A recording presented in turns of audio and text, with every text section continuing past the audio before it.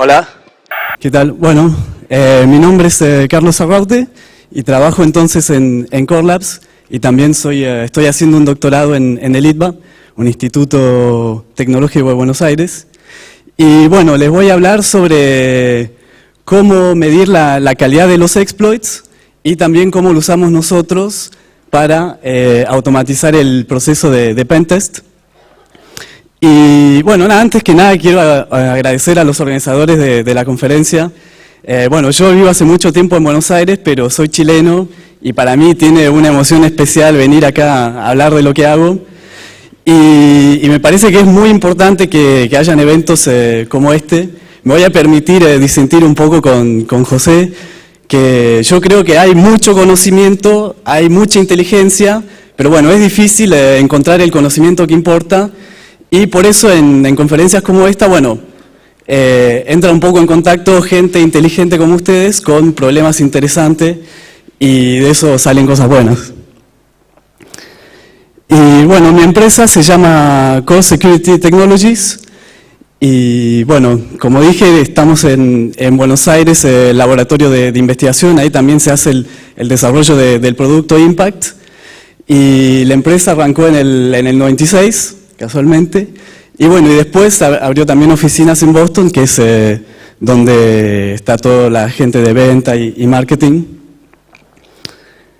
Y bueno, algo más que les puedo decir sobre la empresa es que fue fundada por, bueno, eran jóvenes en ese momento, 6 hackers, digamos, de 20 y pico, y ninguno de ellos fue a la universidad apenas si terminaron el secundario, y en la empresa mucha gente también terminó la facultad después de entrar, y bueno, nada, y eso muestra que para aprender de seguridad no hace falta ir a la universidad. De hecho, en Argentina no hay ninguna que ofrezca algún plan bueno que enseñe las cosas que importan y que en definitiva, bueno, la forma de aprender es metiendo manos y haciendo cosas. Y bueno, algunas de las cosas que hacemos en el laboratorio de investigación es búsqueda de vulnerabilidades. Y hay un evento que organizamos que es muy interesante, que es lo que llamamos el Bug Week, que durante una semana todo el mundo deja de hacer lo que hace habitualmente y se dedica a buscar bugs. Entonces, digamos que durante una semana dejamos de meter bugs en nuestro propio software y lo buscamos en el de otros, y está bueno, eso es muy satisfactorio. Y bueno, y otra cosa divertida de este Bug Week es que organizamos equipos chicos de 5 personas y mezclamos gente de las diferentes áreas. Entonces, en un equipo pueden tener, no sé, gente de administración, chicas de recursos humanos, con un exploit writer que se dedica a escribir exploits, o un desarrollador de la GUI. Y es una muy buena forma de aprender. Y bueno, y pasan cosas como que, por ejemplo, la recepcionista ha encontrado bugs. ¿No? Y hay como, bueno, un mito de que justamente la actividad de bug hunting es como muy elite, y bueno, la recepcionista evidentemente también es elite, que le instalaron un fuse y lo puso a correr y bueno, y encontró un problema. Y bueno, y después de eso nos ocupamos también de todo el proceso de reportarlo y publicar advisories. Y bueno, una anécdota que les puedo contar es que en algún momento en uno de estos Bug Weeks, justamente algunos equipos miraron software de SCADA, que es todos los sistemas de control, ¿no?, que se usan para monitorear, no sé, gasoductos, plantas de electricidad, etc. Y bueno, y se bajaron clientes y encontraron el buffer overflow típico del libro después de 1 hora de investigarlo. Y bueno, y cuando se lo reportamos a la gente que hace ese software, tuvimos reacciones, pero de la época pre-96, o sea, en términos de seguridad, la gente con la que hablamos viven en los 80s. O sea, para ellos su red es totalmente segura porque está aislada del resto, y entonces no entendían cómo alguien podía aprovechar esta vulnerabilidad para hacer algo malo en su red. Y bueno, y la verdad es que si ustedes tienen acceso a una red SCADA y simplemente corren un postcam con Nmap, se rompe todo. Y bueno, y fue muy difícil convencerlos de que tenían que upgradear sus sistemas para corregir estos problemas. Ellos decían, no, pero ¿cómo? Para hacer un upgrade tenemos que parar nuestras máquinas 5 minutos, ¿sabés la plata que nos cuesta eso? Y como que poco menos que nos trataban de terroristas por justamente mostrarle estas fallas que tenían. Y bueno, y otra cosa que pasó es que los managers de nuestra empresa nos dijeron, bueno, muchachos, no busquen más problemas en SCADA, que nos van a empezar a tratar de terroristas, esto no vamos por buen camino, pero si les interesa, les digo, o sea, vayan a las páginas de la gente que hace sistemas de control y bájenselos y empiecen a mirarlos y van a alucinar. Y bueno, otros temas que investigamos es de lo que voy a hablar hoy, es justamente cómo planificar ataques y meter ahí técnicas de inteligencia artificial. Y algo que había estado investigando yo también es cómo mejorar las herramientas de detección de operativo usando redes neuronales. Y bueno, esta es la agenda de la charla. Primero voy a hablar sobre métricas de calidad de exploits, ¿no? Como es un análisis que hicimos, digamos, de qué son las cosas que importan de los exploits y cuáles de esas podemos medir. Bueno, y en base a la info que recogimos de nuestros exploits, armamos como un modelo y usamos ese modelo para hacer planificación automática. Entonces les voy a contar de las soluciones que hicimos y les voy a hacer una demo también. Bueno, un poco la motivación, creo que esto ya lo hablamos, digamos, como la única forma de validar realmente si toda la plata que uno invierte en firewall, certificaciones, todo lo que quieran, realmente funciona, bueno, es atacar toda esa infraestructura como lo haría un atacante, ¿verdad? Y ver lo que encuentra, ¿no? Eso es lo que se llama un penetration test, y que en español es, no sé bien cómo traducirlo, test de penetración. Suena un poco mal, penetración, uno piensa en otra cosa, pruebas de intrusión, dicen también. No sé, yo digo pentest. Y bueno, y las herramientas para hacer pentesting tienen esta habilidad de tirar exploits reales para explotar las vulnerabilidades y tomar control de las máquinas vulnerables. Y en eso son distintos de los boom scanners, como Nexus, Retina, bueno, hay muchísimos, que cualquiera que trabajó con un bull scanner sabe que tira muchísimas vulnerabilidades potenciales. En general se encuentra con reportes, con cientos de páginas, y ahí hay muchísimos falsos positivos. Entonces frente a eso uno sabe, bueno, cómo priorizar, qué es lo que tengo que arreglar primero. En cambio, con una herramienta de pentest, bueno, uno toma control de una máquina y ahí hay algo que no hay falsos positivos, o sea, eso es un problema y hay que arreglarlo. Y bueno, las herramientas que hay son Core Impact, que arrancó en el 2001, está también Immunity Canvas desde el 2002, y está el proyecto Open Source Metasploit, que arrancó en el 2003 y ahora fue comprado por Rapid7. Y bueno, quiero hablar también de la necesidad de automatización. Está medio corrido. Bueno, para empezar uno quiere reducir la cantidad de trabajo que tiene que hacer el pentester, ¿no? Sacarse de encima todas las tareas repetitivas, y también quiere, mediante automatización, aumentar la cobertura de lo que está probando. Y bueno, y hay una razón para esto, es que en un pentest uno tiene por ahí 2 semanas o 3 semanas y tiene que simular ataques que un atacante real podría hacer a lo largo de varios meses. Entonces necesita tener herramientas mejores para llegar a tener la misma cobertura. Y otra cosa que pasa es que las herramientas de pentesting, bueno, se fueron volviendo cada vez más complejas. En Impact hay cientos y cientos de exploits que cubren distintos vectores de ataques como client-side, Wi-Fi, web apps. Ahora con los smartphones también se abre todo otro nuevo campo.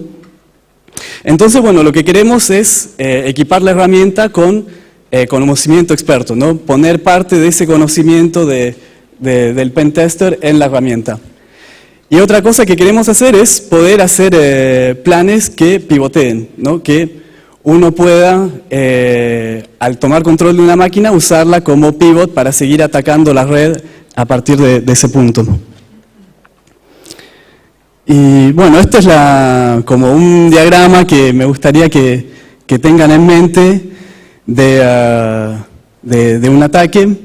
Y no sé si se ve mucho. Bueno, tenemos ahí un atacante que se conecta a la red de una empresa y tenemos allá arriba la DMZ con el web server, application servers, tenemos la red de usuarios con sus workstations y tenemos una red sensible donde hay un servidor de base de datos que es el objetivo del atacante. Y en esta situación, ¿qué harían ustedes? Hay un montón de caminos posibles, ¿no? Medio que cualquiera que tiren puede andar. Llegar al web server para tratar de ver si tiene alguna conexión con la base de datos y llegar a esa conexión. Ajá. Muy bien, acá proponen ir al web server y desde el web server acceder a la base de datos. Y bueno, acá puse un camino que empieza así, atacamos el web server y una vez que tomamos control, podemos atacar una workstation que se conecta a ese web server y una vez que tomamos control de la workstation del usuario, aprovechamos que tiene credenciales y una relación de confianza con la base de datos y de ahí atacamos la base de datos. Y bueno, lo importante es que tengan en mente eso, que un ataque real involucra varios pasos, ¿no? En general uno no tiene acceso directo al objetivo. Y bueno, entonces en esta parte quiero hablarles de las métricas de calidad de exploits y cómo las podemos medir. Y bueno, empecemos por las definiciones básicas para estar seguros que estamos hablando de lo mismo. Una vulnerabilidad es una falla en un sistema que un atacante podría usar para vulnerar la seguridad de ese sistema. Y algo interesante de esta definición es que involucra la palabra atacante. O sea, si uno no piensa en el atacante, no puede entender cuál es la vulnerabilidad. Y bueno, otra forma de decirlo es que es un bug de seguridad, una falla de seguridad, un agujero de seguridad. Y exploit, el verbo en inglés, quiere decir usar o manipular algo, ¿no? Como explotar para tomar ventaja. Y bueno, y lo que llamamos exploit en el campo de seguridad es eso, una forma de aprovecharse de una vulnerabilidad para ganar algo. Y bueno, una forma también de pensarlo es pensar que la vulnerabilidad es como una especie de opción escondida en el menú de opciones que generó el programador, como que generó un programa y pensaba que se podían hacer A, B, C cosas, y bueno, y uno encuentra que tiene también una opción Z y que le permite hacer más cosas, ¿no? Por ejemplo, pensaba, bueno, hago un programa, una calculadora, y uno se da cuenta de que la puede mejorar esa calculadora y la puede usar para mandar paquetes, escribir en el disco y tomar control de la máquina. Y bueno, y eso de allá arriba, no sé si se ve, lo voy a agrandar. Y es el primer bug que se encontró en 1945 y era una polilla que se había metido en un relay y le impedía funcionar. Y así que bueno, es bueno recordar esa polilla que fue el primer caso de bug encontrado. Y bueno, ¿qué es un exploit? También quiero distinguir entre lo que se llama un proof of concept, ¿no? Una prueba de concepto, que es algo que simplemente demuestra que existe una vulnerabilidad, pero donde uno no tiene ningún otro requerimiento. O sea, basta con que funcione en una configuración determinada y ya está.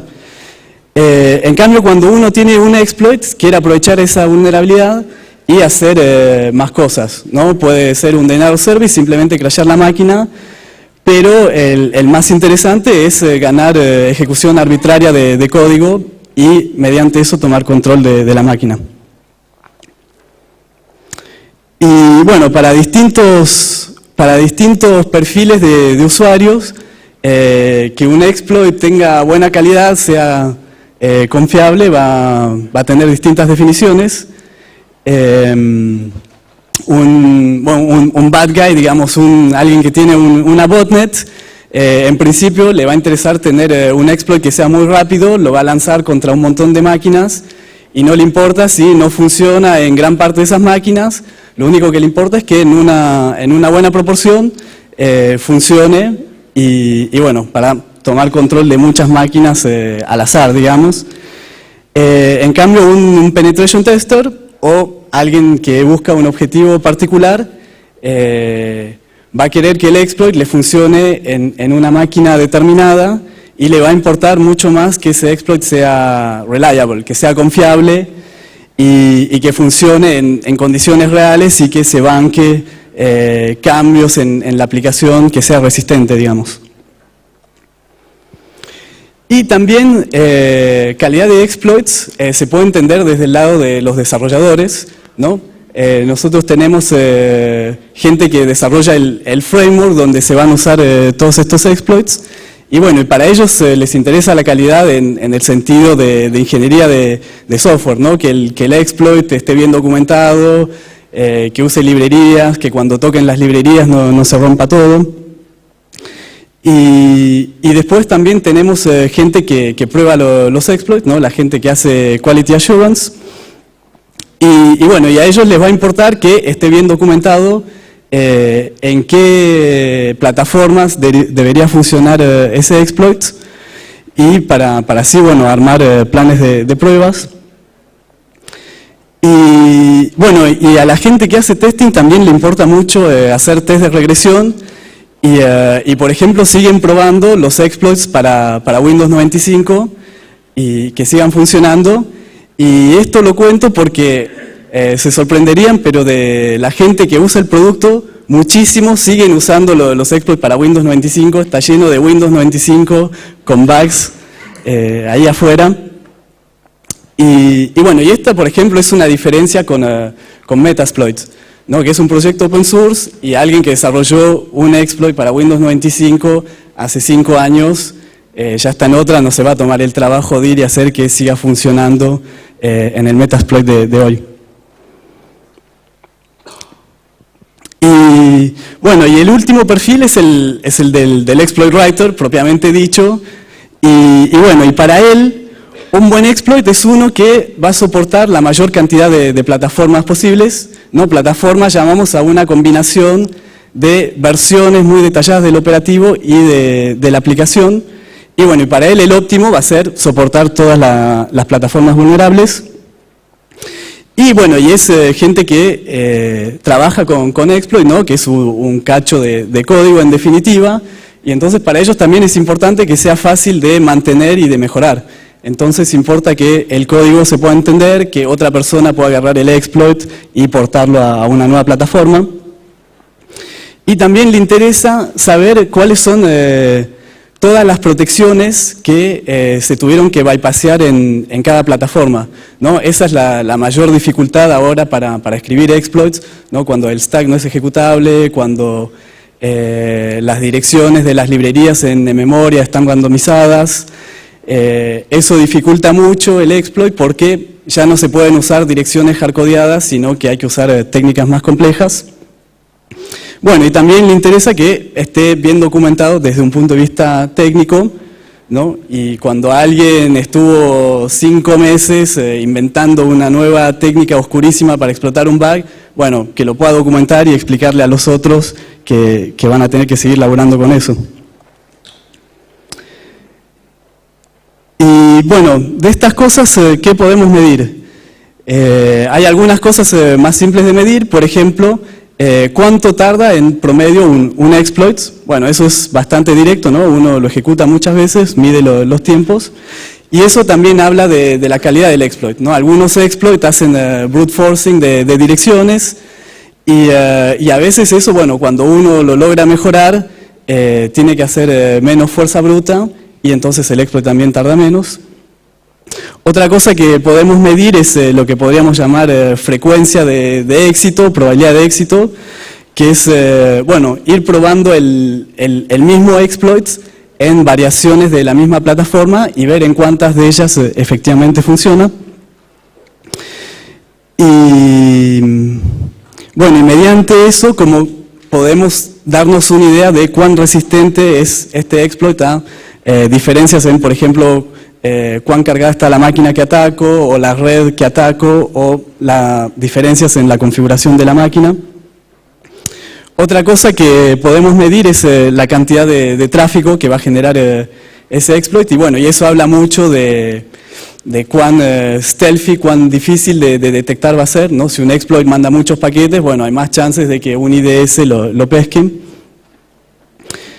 Y también, bueno, si el exploit va a requerir interacción del usuario, eso también es algo que uno quiere querer saber, y no va a usar ese tipo de exploits en un ataque automatizado.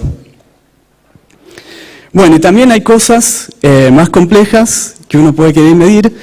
Por ejemplo, ¿cuál es la relación entre la cantidad de plataformas que se pudieron explotar sobre todas las plataformas que se saben que son vulnerables?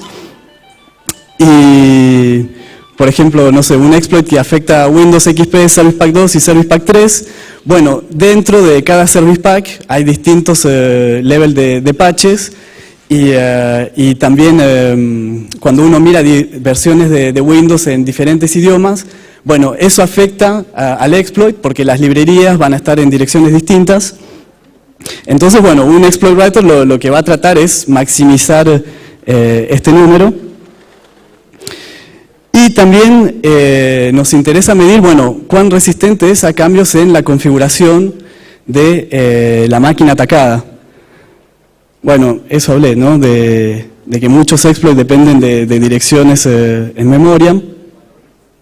Y bueno, y eso es algo que pasa mucho, ¿no? Cuando alguien se pone a desarrollar un exploit, bueno, instala una máquina en la configuración default, lo empieza a probar y logra explotarlo y se pone recontento. Y ahí lo manda al equipo de testing, y en el equipo de testing, bueno, lo empiezan a probar en variaciones y se lo mandan de vuelta diciéndole, no, mira, te funcionó en una configuración, pero no en todas estas. Y bueno, y ahí hay un ida y vuelta donde se va mejorando durante bastante tiempo. Y bueno, esto hablé también, ¿no? La cantidad de protecciones que bypassea el exploit es algo que podemos medir en cada caso. Y es un indicador también de cuán difícil fue escribir ese exploit, ¿no? Cuánto conocimiento se tuvo que poner en ese exploit. Y la resistencia a tráfico en la red, bueno, también lo habíamos mencionado.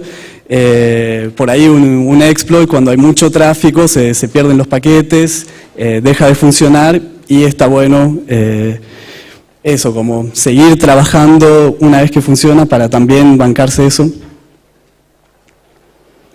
Y cosas aún más complejas, ya esto es medio esotérico, es, bueno, poder ver cuando uno cambia el payload, ¿no? El payload es el cacho de assembler con la parte útil del exploit, que siga funcionando, o poder medir efectivamente cuáles son todos los lugares en la memoria que tuvo que tocar el exploit, y determinar automáticamente para otra versión si cambiaron esos pedazos de memoria, y si eso va a afectar al exploit.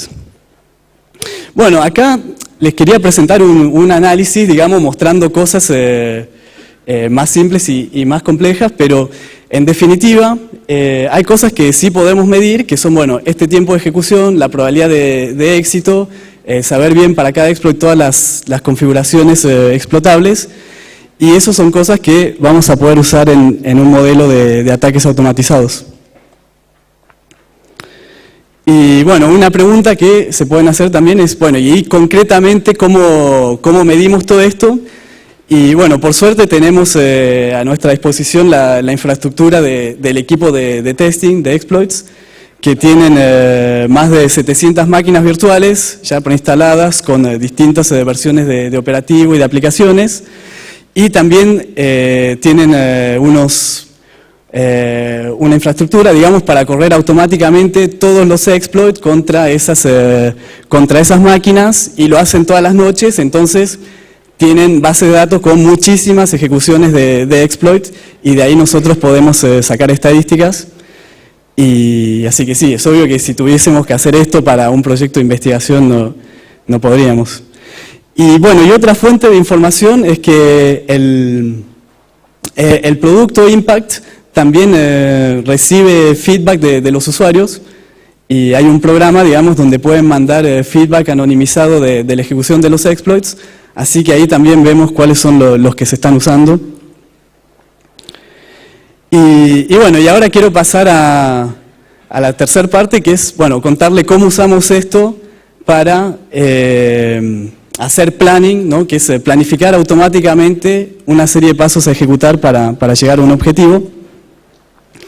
Y bueno, y empiezo con una sección Planning for Dummies, ¿no? Como que prefiero empezar con un problema simple, ¿no? Como un problemita de ingenio. Y bueno, y acá tenemos un problema que es así: tenemos dos exploits. Uno tarda 8 segundos en promedio y su probabilidad de éxito es 0,85, ¿no? Funciona en 85% de los casos. En el otro 15% no nos da control de la máquina.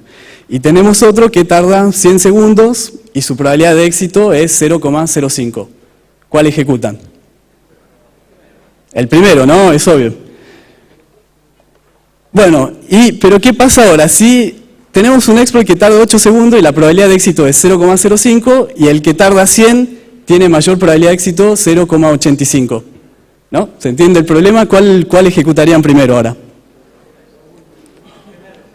¿Quién ejecutaría el primero? Levante la mano. Algunos.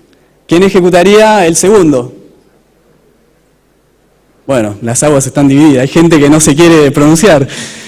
Y bueno, tenemos que hacer una cuenta, ¿no? Si vamos a ejecutar el primero y después el segundo, en promedio va a llevar cierto tiempo. Y bueno, y la cuenta es así, digamos: cuando uno ejecuta el primero, va a gastar el tiempo T1 del primer exploit. Si ese funciona con probabilidad P1, ya está, obtuvimos nuestro agente. Si no funciona, la probabilidad que no funcione es 1 menos P1, ¿no? Es la inversa. Y en ese caso va a correr el segundo exploit que tarda T2. Entonces, acá escribí a la izquierda lo que vamos a tardar si ejecutamos el 1 y después el 2. T1 más 1 menos P1 por T2. Y si hacemos al revés, es T2 más 1 menos P2 por T1. Y bueno, si empezamos a simplificar un poco, esto es muy básico, ¿no? Desarrollo la expresión y veo que T1 más T2 está de los dos lados, lo tacho, y llego a esta expresión de que conviene ejecutar el primero si T1 sobre P1 es menor que T2 sobre P2. Y eso es algo que ya es más interesante, porque tiene pinta de algo que podríamos llegar a generalizar. Y bueno, y en este caso, si calculamos ese coeficiente, bueno, para el segundo da 117 tiempo sobre probabilidad, para el otro 160, entonces era efectivamente el segundo que hay que hacer primero. Y bueno, y el otro que tarda 8 segundos, como su probabilidad de éxito es muy baja, nos va a ralentizar en el 95% de los casos. Bueno, ¿y qué pasa cuando tenemos más exploits? ¿No? Acá tenemos los mismos de antes, el de 8 segundos, 5%, 100 segundos, 85%, 40 segundos, 50%, y uno que tarda 2 segundos, pero funciona en el 1% de los casos. Y bueno, ¿qué harían acá? ¿Van directo a calcular T sobre P? ¿Ya se lo creen que va a funcionar con cualquier cantidad? Y bueno, si calculamos estos T sobre P, vemos que el de 40 segundos es el que tiene la mejor relación, y el otro de 2 segundos, pero 1%, bueno, lo puse ahí como un caso exagerado, es el peor. y quedan en este orden. Y bueno, y la pregunta que uno se puede hacer es, bueno, ¿vale realmente calcular este T sobre P y me va a dar eso el orden óptimo? Y bueno, y eso es lo que voy a contar ahora. Digamos, es el problema que nosotros llamamos la choose primitive, la primitiva de elegir, ¿no? Tenemos estos n exploit que nos dan un agente, cada uno tiene su probabilidad de éxito y su tiempo de corrida. Y efectivamente el óptimo es ejecutarlos por orden de esta relación T sobre P. Y bueno, no les hago la demostración, pero lo pudimos demostrar.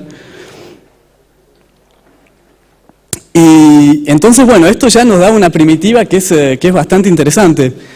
Y bueno, por ejemplo, si comparamos con lo que hace la gente de Metasploit, no es por sacar pica, pero bueno, ellos tienen una opción que se llama autopwn, que es para este caso, ¿no? Uno tiene una máquina a la que tiene acceso directo y le empieza a tirar exploits y bueno, y los ejecutan por orden alfabético.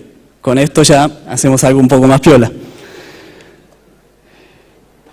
Y bueno, y la siguiente primitiva que les quiero contar es la que llamamos la Combine Primitive, la primitiva de combinar acciones. Y es así, en Impact tenemos grupos de acciones que se ejecutan en orden fijo y es lo que llamamos una estrategia. Por ejemplo, uy, no se ve nada. Una estrategia para Privilege Escalation.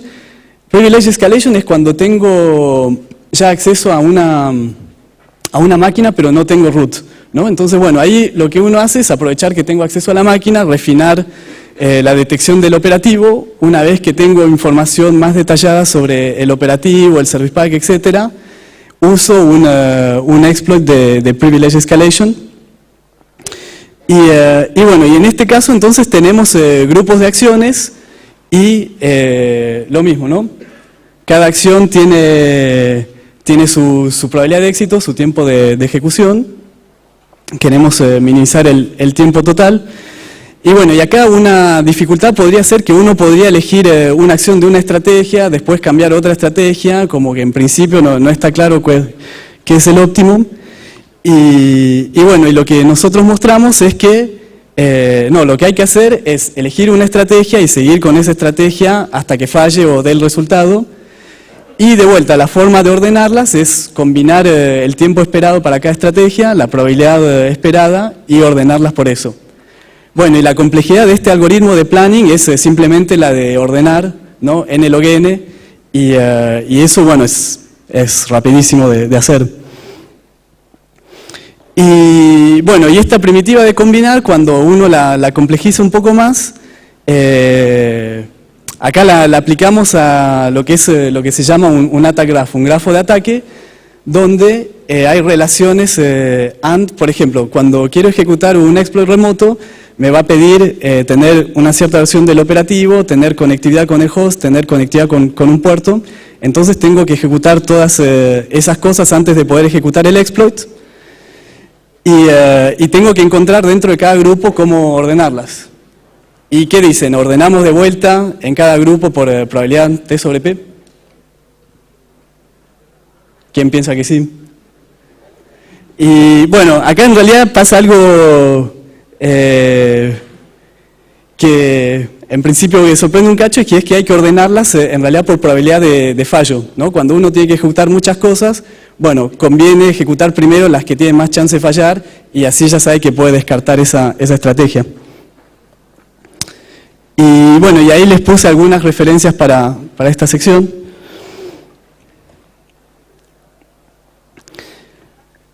Y bueno, y esto, la forma en que lo usamos es directamente a nivel del grafo de la red. Y entonces lo que hacemos es separarlo en dos niveles. En un primer nivel tenemos un source y un target fijos, ¿no? O sea, sabemos la máquina fuente y la máquina destino. Y ahí nos da un árbol de ataque. Y bueno, usando estas dos primitivas, ¿no? Vamos bottom-up, de abajo para arriba, resolviendo el árbol, ¿no? Cuando encontramos que hay que elegir entre varias acciones, bueno, usamos la primitiva de elegir. Cuando hay una relación AND, usamos la primitiva de combinar, y eso nos da un óptimo con un source y un target fijos. Y en un segundo nivel tenemos, bueno, este grafo de máquinas, donde llamamos a ese primer procedimiento m cuadrado veces, ¿no? Una para cada par de máquinas, y ahí lo que hacemos es usar como un algoritmo de Dijkstra modificado. Este es Dijkstra, donde bueno, uno va explorando los nodos, sacándolo de un priority queue, sacando primero los que tienen menor costo, y bueno, y para nosotros, en realidad lo que sacamos son los que tienen menor coeficiente T sobre P, y cuando va combinando, bueno, usamos de vuelta las primitivas. Bueno, hasta ahí como que tuvimos un prototipo de investigación interesante, y después vino el siguiente paso, que fue efectivamente ver cómo funciona esto acoplado con el producto, con el framework para pentesting. Y ahí lo que hicimos fue pasar, digamos, por un lenguaje intermediario que se llama PDDL, que es Planning Domain Definition Language. Es un lenguaje de planificación que lo que tenía de bueno es que se usa para competencias de planning, ¿no? La gente de inteligencia artificial organiza estas competencias, entonces al nosotros usar ese lenguaje podíamos agarrar los mejores planners, los que ganaron la competencia, y ver cómo se comportaban. Y bueno, y les muestro acá algunos resultados de este experimento. Esto es el consumo de memoria cuando vamos haciendo crecer la cantidad de máquinas en la red hasta 1000 máquinas y ocupamos menos de 750 megas de memoria.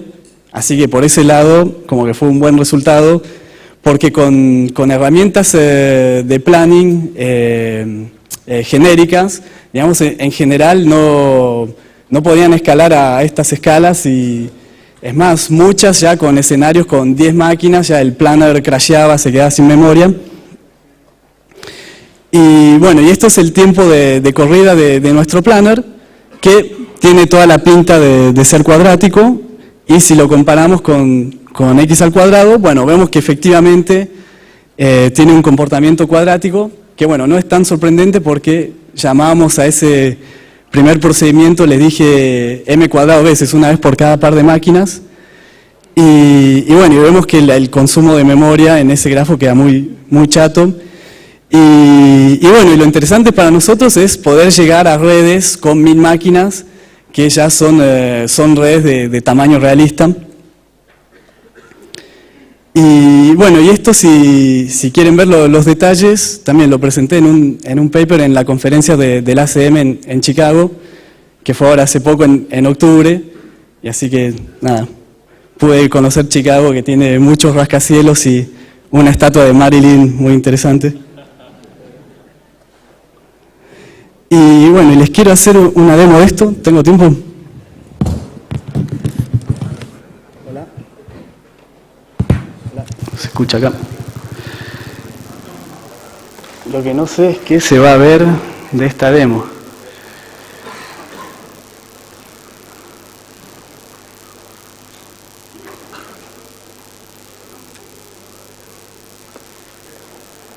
Bueno, no se ve toda la pantalla, pero acá a la izquierda tengo los módulos de... Esto es Impact, esto es la interfase de Impact, y acá a la izquierda tengo los exploits, y bueno, scrolleo un poco, hay muchísimos exploits, estos son solo exploits remotos, y para esta demo ya hice information gathering de una red. Y acá, ¿se ve algo? Tengo una red que es la red 22, donde tengo varias máquinas, ya hice toda la parte de information gathering, que tarda bastante, como 5 minutos, entonces lo dejé ya hecho. Tenemos máquinas con OpenBSD, Windows, Linux. Y tenemos también otra red, que es la red 69, y bueno, en este ejemplo el atacante quiere tomar control de esta máquina, la 6910, y no tiene acceso directo a esa máquina, ¿no? Va a tener que pivotear. Bueno, y les muestro primero todos los pasos intermedios para que vean cómo es el proceso, y después les muestro todo junto, cómo lo vería un usuario de esto. Y bueno, lo primero que tenemos que hacer es exportar entonces la información de los módulos de Impact y la información que ya ganamos sobre esta red para dársela al planner. Y bueno, exportamos la info de Impact a un XML.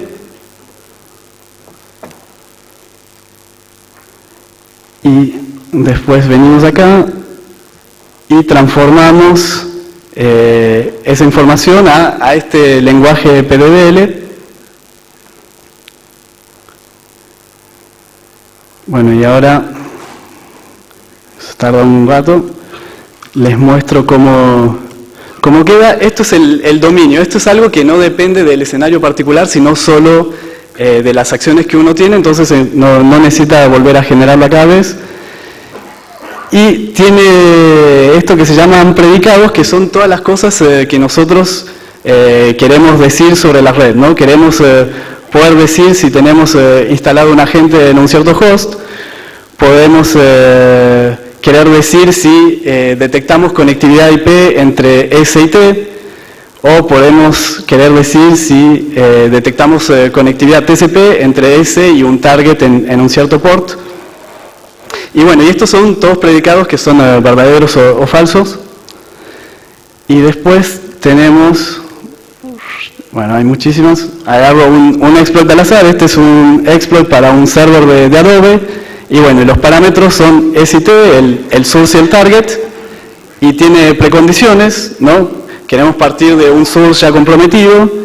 Y queremos que el target tenga un Windows, edición profesional, Service Pack 2, versión XP sobre la arquitectura i386. Y bueno, y esto como ataca el servicio HTTP, queremos también tener conectividad con el puerto 80 o el puerto 8080. Bueno, y si este exploit funciona, el efecto va a ser que hacemos verdadero un predicado, que es, tenemos un agente en el target con altos privilegios y aumentó el tiempo de corrida en una cierta cantidad de milisegundos. Y bueno, esto hay muchísimos. Estos archivos que nosotros generamos para la gente de planning, de hecho fue muy interesante, porque ellos nunca se les había ocurrido generar archivos tan grandes, como que en general tenían 10, 15 acciones, 10, 15 objetos y jugaban con esto. Y así que nada, eso fue ya una primera cosa interesante, y como les conté, muchísimos de los planners que probamos ya solo con parsear estos archivos crasheaban. Y bueno, y acá tenemos la información de esta red particular, ¿no? Donde tenemos las máquinas y tenemos la información que ya detectamos sobre las máquinas, ¿no? Cuáles son los puertos abiertos y qué servicios tienen corriendo. Y ahí pusimos el objetivo, ¿no? Que es esta máquina acá, minimizando el tiempo. Y bueno, y les muestro una corrida del planner, donde, bueno, tarda unos segundos. Está tardando más que lo habitual, pero bueno, y ahí estuvo y generó este plan de acción con, bueno, muchísimas acciones, donde hay algunos exploits y muchas acciones de validar que efectivamente están las conectividades que necesita para esos exploits. Y volviendo a Impact, entonces, bueno, recuerden, queremos tomar control de la 6910 y tenemos que pasar por alguna máquina intermedia en la red 22. Y vamos a tirarle esto, que en definitiva es lo único que hay que hacer. O sea, ahora cuando ejecute esto va de vuelta a hacer toda la transformación y correr el planner. Y ahí lo vemos ejecutándose. Y ahí instaló un agente, vamos a empezar a buscarlo, y eligió la máquina 2214, que era la que le optimizaba las probabilidades de éxito, y puso otro agente acá en la 6910, y qué sé yo, para darles un feeling de qué es el agente, podemos abrir un mini shell y vemos,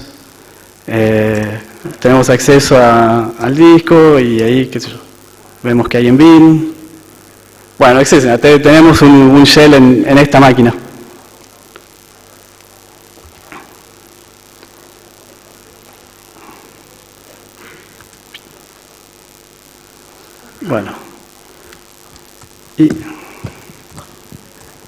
Bueno, y como conclusión, de lo que les hablé es, bueno, un análisis de todos los factores que impactan en la calidad de un exploit, en que sea confiable, en que funcione en distintas plataformas, y elegimos algunos de esos factores para armar como un modelo del atacante, o sea, con cada exploit nos quedamos con simplemente la información de su tiempo de ejecución, su probabilidad de éxito, cuáles son las plataformas en las cuales funciona y cuáles son también sus requerimientos de conectividad, ¿no?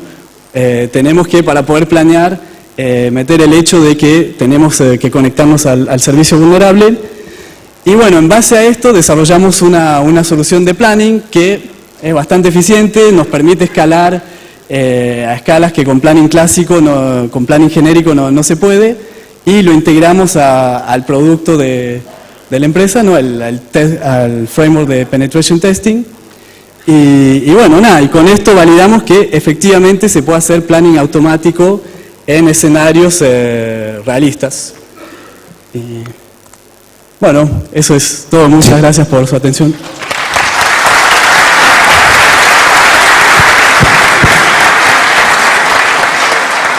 Solo 3 preguntas y nos vamos a break. ¿Preguntas?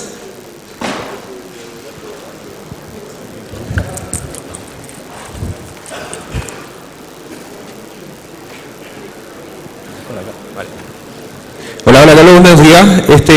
Mira, me queda una consulta respecto de lo que hace Core Impact respecto de los Zero Day, ¿ya? Ajá. En un contexto en donde ya conocemos que hay varios ejércitos de hackers formándose en el mundo, por ejemplo en China, Estados Unidos. Ajá.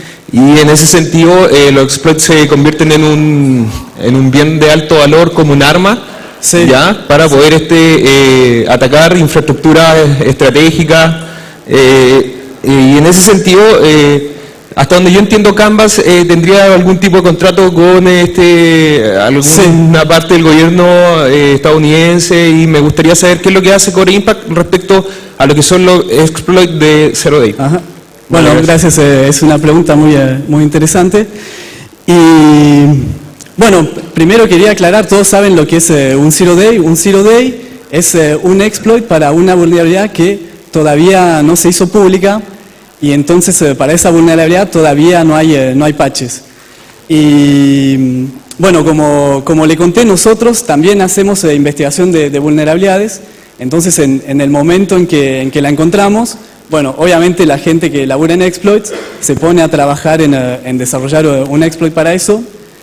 Y entonces en ese momento nosotros tenemos en nuestro laboratorio un Zero Day para una vulnerabilidad nueva. Y bueno, y la decisión que tomó Core es, en esos casos lo primero que hacemos es reportárselo al vendor del software vulnerable.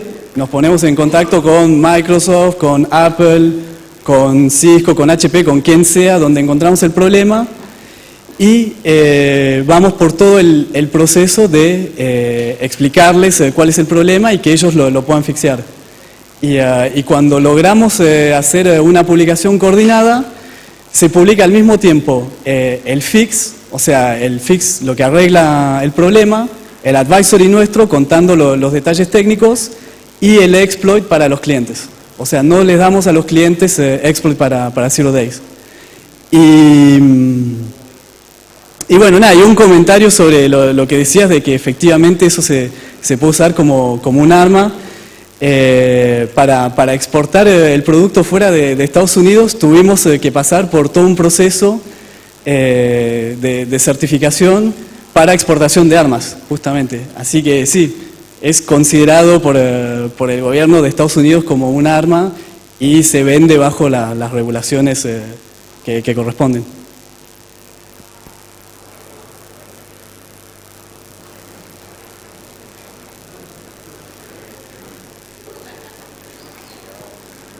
Sonido. Sí. Hola. Mira, mi consulta va por el lado comercial del producto. Este es un software de pago.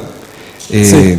Entonces, el mercado objetivo de este producto son empresas consultoras que hacen pentesting, o bien también tienes tú alguna posibilidad de venta para consultores independientes, particulares, quizás a precios distintos. No es lo mismo que puede pagar una persona lo que puede pagar una empresa. Si hay alguna diferencia objetiva. Lo que tiene, sí, hay un esquema de venta para consultores que es venderlo para un pentest en particular. Entonces se vende una licencia que está restringida en el tiempo y en las IPs de la red destino, y eso es mucho más barato que comprar el producto entero. Sí, existe ese esquema. Última pregunta. Bueno, un aplauso para Carlos y muchísimas gracias. Muchas gracias.